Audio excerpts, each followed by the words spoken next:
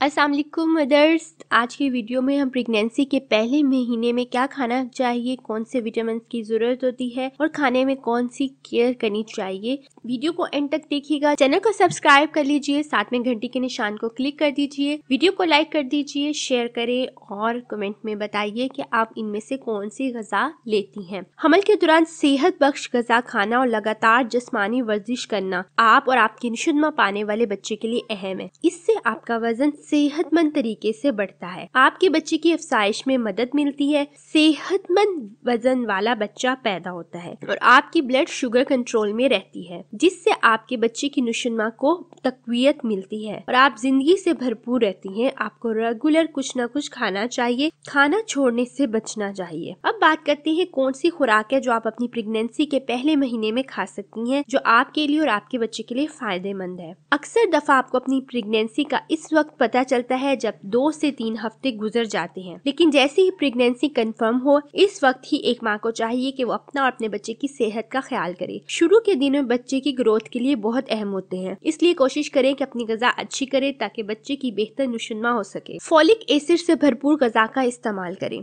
Folic acid खून बनने और खून के खुलिये की अफसाइश के लिए अहम है।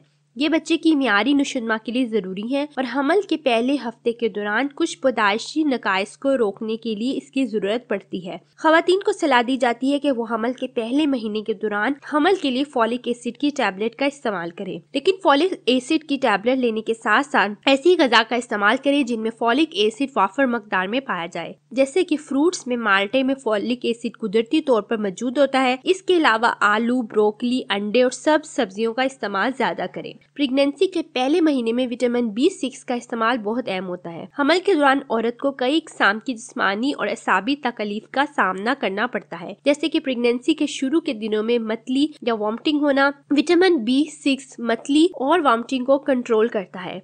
इसके अलावा ये बच्चे की ग्रोथ के लिए भी निहायत जरूरी है। इसकी टैबलेट लेने के साथ साथ माँ को चाहिए कि अच्छी गज़ा से विटामिन B6 की कमी को पूरा करे। फलों में केला विटामिन B6 से भरपूर होता है। अनाज में चावल या रोटी से आपको तवानाई के साथ साथ विटामिन B ग्रुप भी मिलते हैं। सालिम अनाज वाली गज़ाएं विटामिन और गज़ाई नशास्ता से भरपूर होती है, जो आपको कब्ज से भी बचाती है। सालिम अनाज की मसनूआत मुंतखब करें, जैसे खालिस चावल या मैदे की रोटी की जगह भूरा चावल, सालिम गेहूं की रोटी या जौ का इस्तेमाल करें। इसके अलावा गरीदार मेवा जात के इस्तेमाल से आपको कुदरती तौर पर विटामिन B6 मिलता है। फलों का इस्तेमाल करें। प्रेगनेंसी के दौरान फलों का इस्तेमाल निहायत फायदेमंद है, ये आपके लिए और बच्चे की नशुनमा के लिए ग़िज़ायत फराहम करते हैं, पानी की कमी से भी बचाते हैं। इसके अलावा प्रेगनेंसी के दौरान फलों का इस्तेमाल कब्ज से भी बचाता है। प्रेगनेंसी के पहले महीने में कम से कम दिन में 3 दफा फलों का इस्तेमाल करें, जिनमें माल्टे, तरबूज, नाशपाती, खुबानी और केला। ये फल ग़िज़ायत से भरपूर होते हैं। दूध और दूध से बनी हुई अशिया का इस्तेमाल करें। दूध में कुदरती तौर पर कैल्शियम मौजूद होता है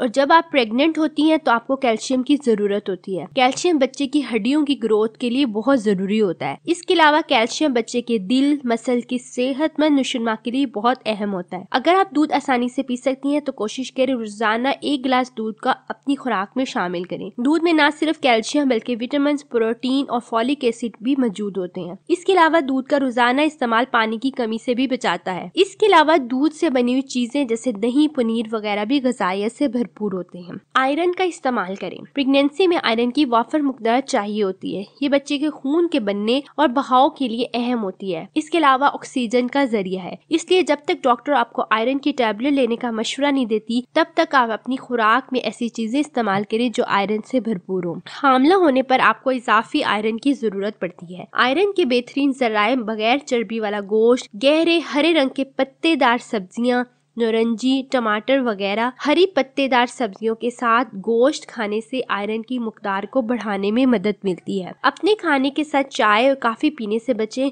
क्योंकि इनसे आयरन को जज़ब करने में कमी आती है। अब हम बात करते हैं खाने में एहतियात से मुतालिक। पहले महीने में मछली का गोश्त न खाएं। दूसरा, चिकन और मटन का भी इस्तेमाल अच्छे से पका कर करें। कच्चा दूध या कम पका हुआ गोश्त हरगिज न खाएं। कम नमक इस्तेमाल करें। रोजाना बस 5 ग्राम या 1 चम्मच नमक की इस्तेमाल करें या कोशिश करें इससे भी कम इस्तेमाल करें। डब्बा बंद ग़ज़ा और तैयार करदा गोश्त, पहले से पैक करदा फ्रिज में रखी हुई ग़ज़ाएं जिनकी मियाद गुजर चुकी हो हरगिज़ ना खाएं।